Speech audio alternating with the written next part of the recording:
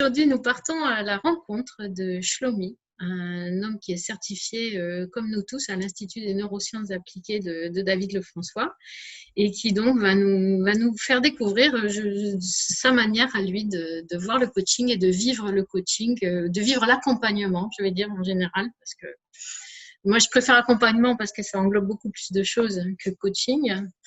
Et je pars moi-même à la découverte de cet homme puisque je ne le connais pas tellement. Donc, bonjour Shlomi, bienvenue parmi nous et puis je vais te laisser te présenter. Bonjour Nathalie, merci beaucoup de m'avoir invité. Et alors, je m'appelle Shlomi Lévy, je suis coach, comme tu l'as dit, certifié de l'INA. Je suis également thérapeute, hypnothérapeute, praticien en EFT, enfin de tas d'outils de thérapie. Et donc, j'utilise tous ces outils dans mon accompagnement avec les gens pour leur faire aller vers leur objectif aujourd'hui. Et donc, je suis très content de faire partie de cette interview, de faire ça avec toi, parce que d'habitude, c'est moi qui interviewe les gens, parce que je suis aussi animateur radio, donc j'interviewe des gens, des coachs, des thérapeutes, toutes les 2 semaines à la radio. Ben voilà, aujourd'hui, c'est toi qui es sur la sellette. Voilà, exactement. Les rôles inversés. Donc, les rôles inversés. Exactement. Donc, moi, j'aime bien commencer cette interview par que tu nous parles un peu de qui tu es, c'est-à-dire sans rentrer trop dans les détails, mais qu'est-ce qui t'a amené au développement personnel? Qu'est-ce qui t'a amené au métier de l'accompagnement? Alors, c'est intéressant parce que justement, j'ai suivi moi une carrière ingénieur en télécommunications. Et j'ai fait des télécoms tout le temps. Je suis passionné de high-tech, d'accord. Et puis, il y a quelques années, il y a un événement qui s'est passé, un chamboulement dans ma vie, qui a fait que je me suis lancé dans le développement personnel, dans l'accompagnement à autrui, dans la thérapie, donc notamment dans l'hypnose, parce que je suis hypnothérapeute au départ. Et j'ai complètement changé, totalement changé de métier, de vie aussi, puisque avec ça, ben, je suis rentré aussi dans le coaching, j'ai ouvert un cabinet et j'ai pas totalement abandonné mon ancienne vie, mais pratiquement à 80%, je ne fais plus que de l'accompagnement pour les gens. Alors, ce qui est intéressant chez moi, c'est que j'ai contacté un ami de l'université, donc il y a déjà 50 ans à peu près, quand j'étais à l'université aux États-Unis, où j'ai fait donc mes études d'ingénierat. Et puis, je ne l'avais pas contacté depuis. Et il m'a écrit un petit mot. Il m'a dit, "You have this amazing gift of touching the lives you cross paths with." Donc, tu as ce don extraordinaire de pouvoir toucher les vies des gens que tu croises. Et donc déjà, donc c'était quoi? J'avais 19 ans et je m'en rendais pas compte. Et puis il m'a expliqué que j'étais toujours de bons conseils, j'étais toujours de bonne humeur, j'étais toujours positif. Et finalement, je me suis dit bon ben voilà, sans le savoir, j'avais inné en moi quelque chose qui était là pour l'accompagnement et le bien-être des autres. Voilà un peu pour l'histoire. Mais j'ai pas eu de vocation comme ça, mais c'était un peu naturel. Oui, c'était en toi. Voilà, c'est ça, exactement. Est-ce que tu as la sensation, tu vois, c'est une question que je pose jamais, mais ça me donne envie de te la poser. Est-ce que tu as la sensation d'être sur ton chemin de vie? Oui, tout à fait, absolument, absolument. Et ce qui est intéressant, là, on va rentrer un peu dans quelque chose de personnel, le pourquoi et comment ça s'est passé. En fait, mon père est ingénieur chimiste et quand j'avais 18 ans, j'ai fait mon bac, je fais un bac C. Il m'a dit, ben, tu vas faire ingénieur. Voilà, c'est le mieux, c'est bien, mais fais ingénieur dans ce que tu veux. Si tu veux chimie, si tu veux informatique, si tu veux ceci. Bon, je suis rentré dans l'informatique au départ, puis j'ai switché aux télécoms, qui sont très cousins. Ça m'a passionné les télécommunications, mais le métier en soi ne m'a pas passionné. C'était boring pour moi. Mais en soi, le high-tech et les télécoms m'ont passionné. Puis, mon père est décédé et suite à son décès, il y a eu un choc. Ça a été Mhm. très choquant, Mhm. euh, son décès. C'est pour ça que j'ai cherché un accompagnement. C'est en cherchant cet accompagnement où je me suis dit, ben, au lieu de chercher l'accompagnement, je vais faire la formation. Mhm. Et donc, je me suis formé. Je me suis formé et c'est comme ça que je suis rentré dedans. En fait, c'est grâce à mon père aussi, donc finalement. Et il a voulu que je fasse ça, mais finalement, ben, après beaucoup, beaucoup d'années, mais c'est très bien comme ça. Voilà. Bah oui, c'est beau de dire que c'est grâce à ton père. Ah oui, bien sûr, bien sûr. Alors qu'il était décédé déjà. Ben Donc, oui, ben oui. voilà. Bon, très bien, très très bien. Comment est-ce que tu appellerais le métier que tu fais aujourd'hui? Alors, je pourrais appeler ça révélateur de potentiel. Oui. Révélateur de potentiel, c'est-à-dire que les gens qui viennent me voir, souvent, ne croient plus en eux, Mm. sont complètement down, n'ont plus de confiance en eux, euh, n'ont pas un objectif dans leur vie et finalement ont plein de talents cachés, Mm. plein de potentiel caché. Et il faut découvrir ça. Il faut les amener à découvrir ça. Et c'est pour ça un peu voilà, révélateur de potentiel. Donc, Mhm. un coach, ce n'est que, comme tu l'as dit tout à l'heure, un accompagnateur, c'est un grand mot aussi, mais c'est quelqu'un qui va ouvrir les portes, Mm. va ouvrir des portes, qui va permettre à la personne de marcher sur son chemin, de découvrir son chemin de vie. C'est la personne qui va le faire, c'est la personne qui va marcher. Mais au moins, c'est ouvrir cette porte qui, pour la personne, elle est fermée et elle n'imagine pas une seule seconde que cette porte puisse être ouverte. Mhm. Donc voilà un peu comment je décrirais le, le- comment on appelle comment on peut se décrire par rapport. Oui, oui. Et donc, les gens qui viennent à toi, en général, c'est quoi les difficultés particulières qu'ils t'amènent? Ce sont des gens qui sont alors soit ce sont des gens qui sont dans les affaires, donc Oui. qui ont un potentiel ou qui ont un objectif à atteindre Mhm. et qui désirent l'atteindre. Donc ça va être un coaching business, mais qui va bien entendu impliquer des points de développement personnel et de blocage personnel dans tous les cas. Soit Mhm. ce sont des gens qui ont été cassés par la vie, cassés par les épreuves de la vie et qui se retrouvent vraiment avec un manque total de confiance en eux, une, une, euh, un état d'esprit, un mindset qui est Mhm. très très bas Mhm. et qui veulent remonter. Je peux te donner un exemple. Alors c'est un exemple que je vais prendre vraiment au Oui. bas de l'échelle, parce que je trouve cet exemple extraordinaire. J'ai eu un monsieur de 40 ans à peu près, 45 ans à peu près, éboueur, Mhm. éboueur de rue. Éboueur de rue, c'est le gars qui, avec un pic, va ramasser les petits papiers dans la rue. D'accord? Mhm. Ça, je dis bas de l'échelle. Et il m'a dit, écoutez, je viens vous voir parce que mon père m'a toujours dit que j'étais nul. Mon père m'a dit, tu finiras éboueur. Parce que tu ne travailles pas à l'école, tu fais rien, tu vois, tu finiras Mhm. éboueur. Mhm. J'ai fini éboueur. Il me dit, mais je sais au fond de moi que je ne suis pas nul. Et je mérite mieux et je veux avoir mieux. Et donc, on a travaillé. Et figure-toi qu'on n'a pas travaillé beaucoup. On a travaillé 3 séances. C'est pas beaucoup, hein. C'est une fois par semaine, 3 séances. Mhm. Eh bien, Desboueurs, à la mairie de Paris, il est passé à chef de section. C'est-à-dire Mhm. que c'est maintenant lui qui dirige les différentes sections d'éboueurs, etc. Oui. Il est resté quand même pour le point de vue de l'ancienneté du travail, etc. Et ça, je trouve que c'est extraordinaire. La Mhm. démarche d'abord de ce monsieur, d'avoir fait ça, et puis après, eh ben, d'avoir réussi à sortir de ce gouffre, de ce trou. Ouais, de cette sentence. C'était une sentence du Ah père. oui, oui, oui, terrible, terrible. Mais voilà, ça c'était un accomplissement et une fierté vraiment.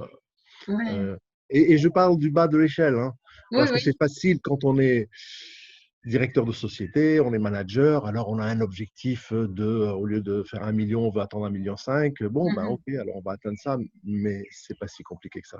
C'est vrai, c'est vrai. Voilà. Très bien, très intéressant.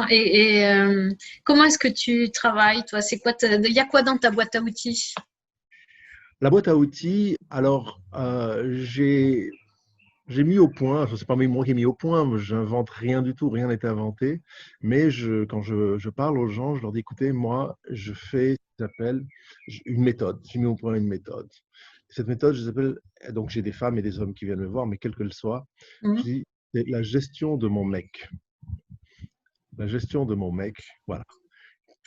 Et c'est quoi? C'est quoi? C'est mon mental, Oui, les émotions, oui, mon corps. ok. Donc, quand je vais gérer ces trois choses-là, je vais pouvoir gérer mon mec, qui est en moi ou l'autre. Et donc, d'abord, ça fait rire, Oui, comme oui, ça. oui, oui, tout à fait. Donc, ça casse les barrières. Ah, Mhm, c'est super sympa, c'est sympa. mhm, Et en effet, parce que ces trois choses-là sont liées. Si tu as un corps qui n'est pas fonctionnel et tu te sens pas bien dans ta peau, automatiquement ton mental et tes émotions vont aussi influencer. Enfin, c'est un cercle vicieux. Si le mental n'est pas bien, ben, le corps ne sera pas bien, les émotions ne seront pas bien, etc., etc. Donc, on reste dans ce cercle-là et on s'en sort pas. Et donc, je vais travailler en parallèle à casser le lien entre mental, émotion et corps pour pouvoir permettre à la personne de s'élever au-dessus de cette prison où elle se trouve, quoi, mhm. du carton où elle se trouve.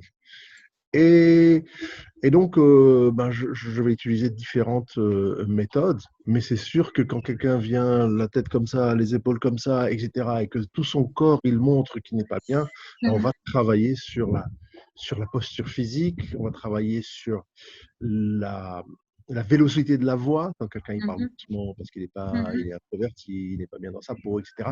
Et on va travailler sur la vélocité, on va travailler sur la rapidité, on va travailler sur comment il marche, comment. Ah mhm, oui, oui. Et sur des mises en situation, donc par rapport au corps, par rapport aux émotions, comment gérer ses émotions, avec la théorie polyvagale, avec le FT, avec différentes méthodes, etc., avec l'hypnose avec aussi, bien l'hypnose. entendu, et avec tous les outils de coaching que l'on a à notre disposition. Ah, oui, Et très puis tu as bien. le mental aussi, évidemment, Oui. tu as le mental qu'il faut changer, donc il faut se reprogrammer absolument pour ne plus se sentir nul, s'estimer nul, enfin tout ça, Oui, tout est oui. lié et ça change la personne. Très très rapidement, ça change tout. Comment elles sont après un accompagnement avec toi, comment elles se... Alors, alors c'est intéressant parce que j'ai voulu prendre comment dirais-je, quelques commentaires, de gens Oui. qui m'ont écrit alors je vais pas ici tous les dire, mais ça me, c'est une fierté, c'est-à-dire ça fait plaisir quand on voit qu'on a des résultats.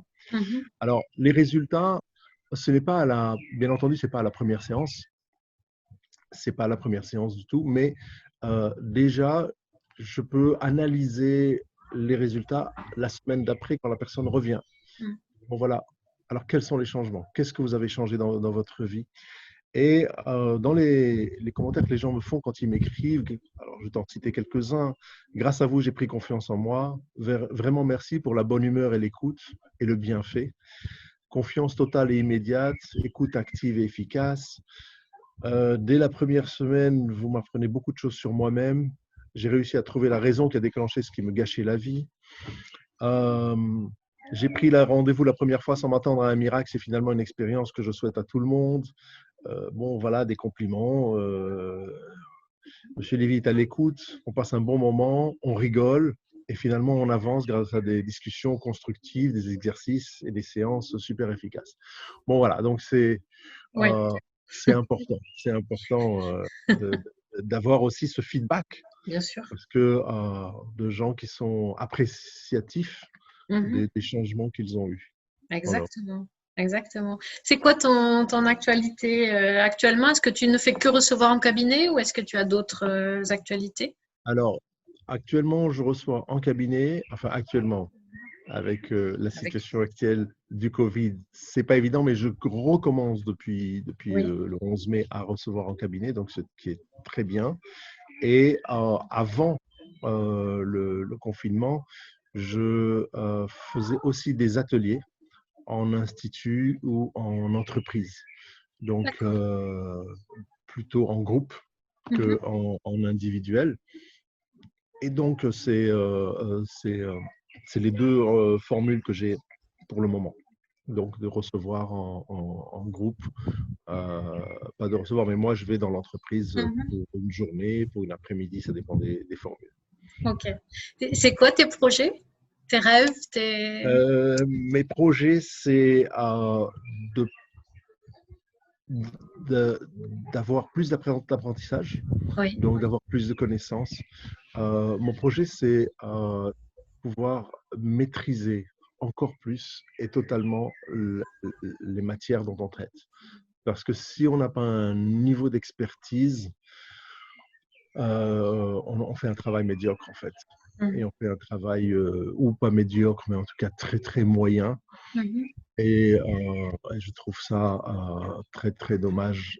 Enfin, je trouve que c'est pas correct, quoi. On vient et on se positionne comme étant coach, master coach, etc., des beaux titres, mais il faut avoir derrière la capacité de délivrer, de livrer les services qui nous sont demandés, comme pour Bien tout sûr, professionnel bien d'ailleurs. sûr. Où est-ce qu'on peut te trouver, Shlomi, dans les réseaux sociaux où est-ce qu'on peut te trouver et puis comment est-ce que tu as les différentes manières que tu as de coacher? D'être contacté. Ouais.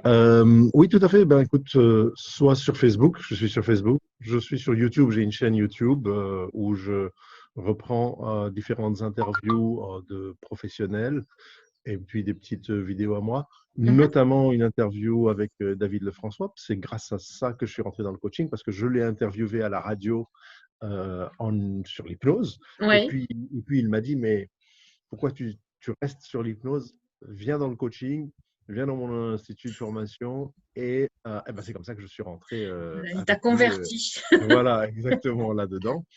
Et donc, les gens peuvent me retrouver ou également sur Doctolib, prendre rendez-vous sur Doctolib. Alors, sur Doctolib, c'est intéressant, on peut aussi prendre un rendez-vous en visio directement ou alors me contacter en privé et on fera le rendez-vous sur Zoom comme on le fait maintenant, même si la personne est à l'autre bout du monde, ça marche très très bien. Oui, voilà, je voulais te demander aussi, comme tu me dis que tu as étudié aux États-Unis, donc tu es bilingue avec l'anglais, est-ce que tu coaches aussi en Je coach anglais en anglais.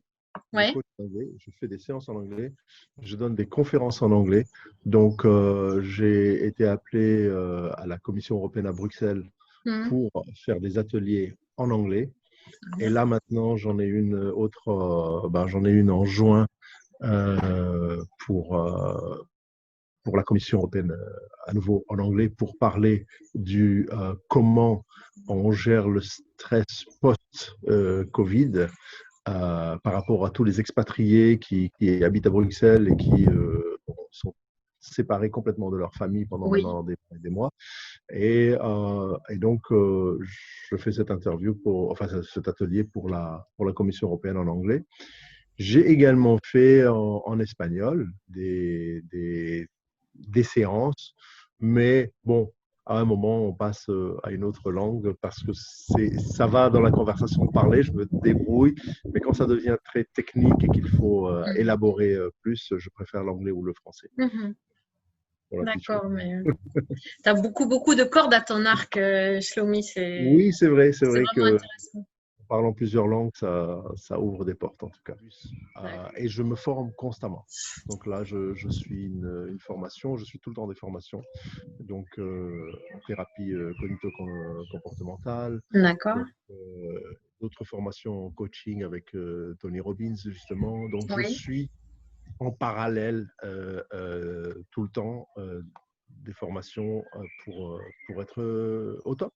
Pour être au top, parce qu'il faut avancer. Il faut avancer. S'améliorer constamment, c'est bien. Absolument, absolument. C'est bien. Absolument. Est-ce que tu as une phrase fétiche ou quelque chose qui te suit depuis longtemps? Alors oui, j'en ai deux. Ah, Je peux t'en donner deux. bah, c'est mieux. Alors, Deux, c'est mieux qu'une. La première, c'est euh, de Mark Twain qui dit ils ne savaient pas que c'était impossible, alors ils l'ont fait. Oui. Mm. Et c'est vraiment ça. C'est que quand les gens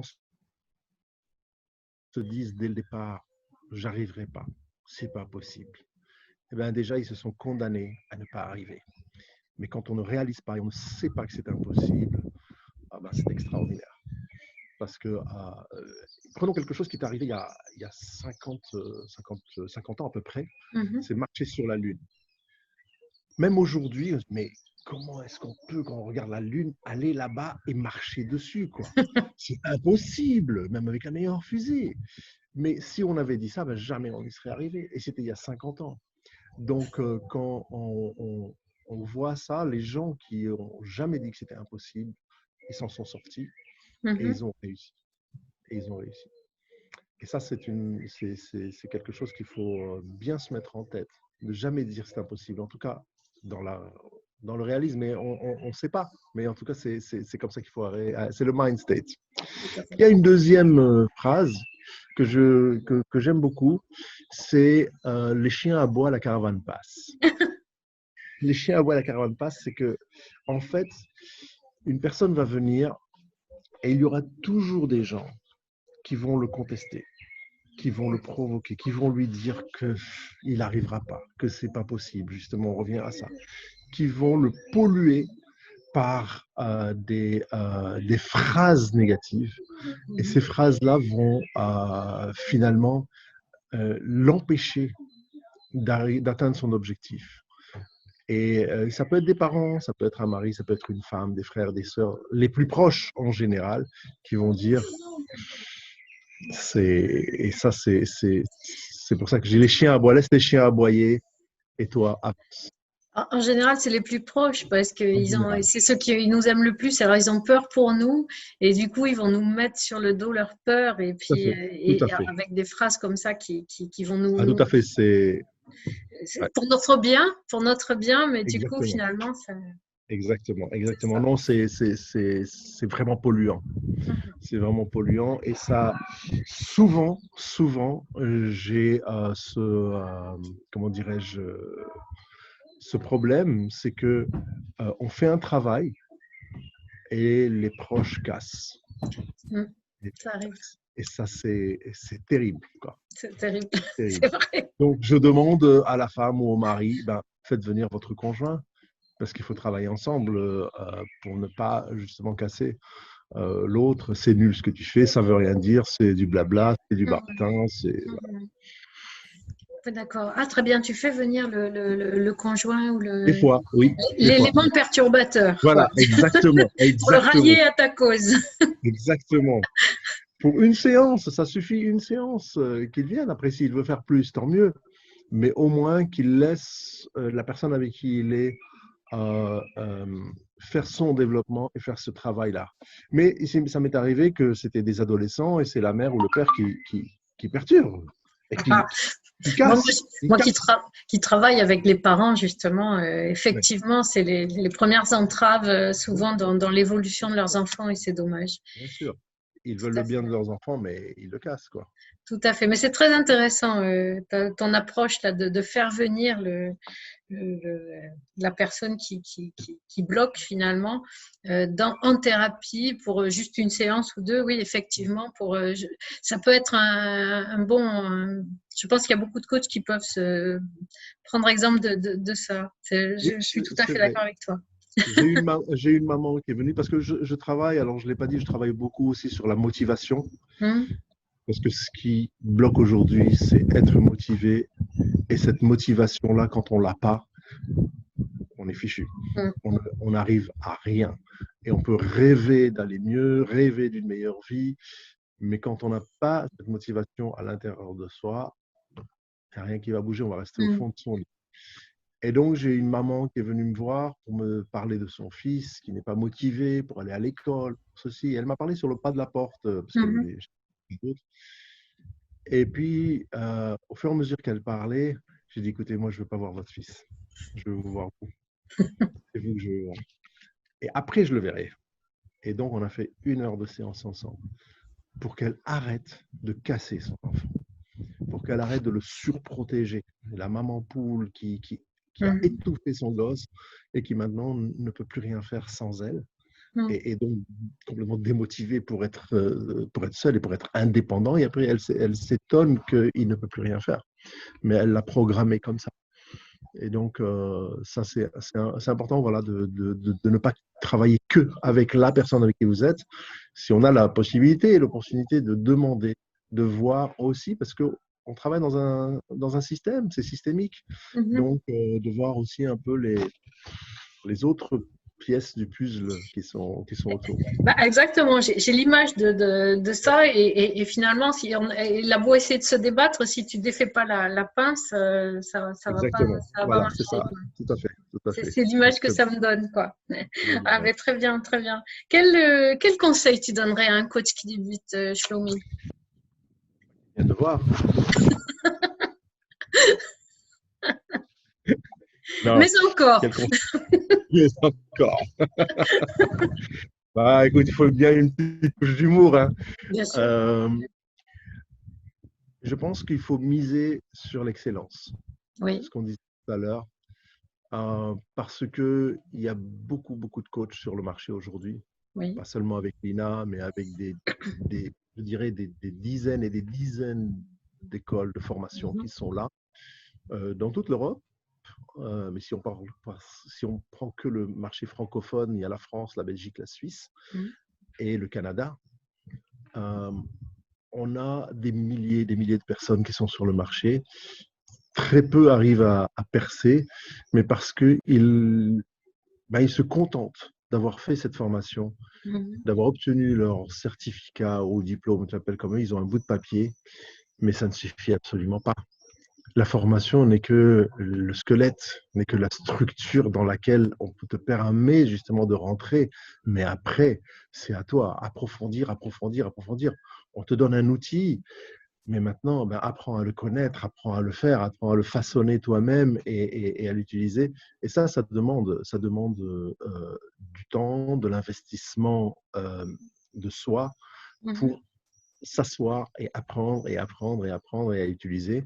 Et aussi aller voir les autres. Moi, souvent, je demande à d'autres, est-ce que je peux assister à ta séance? Est-ce que je peux être là dans ton atelier pour voir un peu et m'imprégner, m'inspirer de ce que des collègues vont faire. C'est toujours intéressant.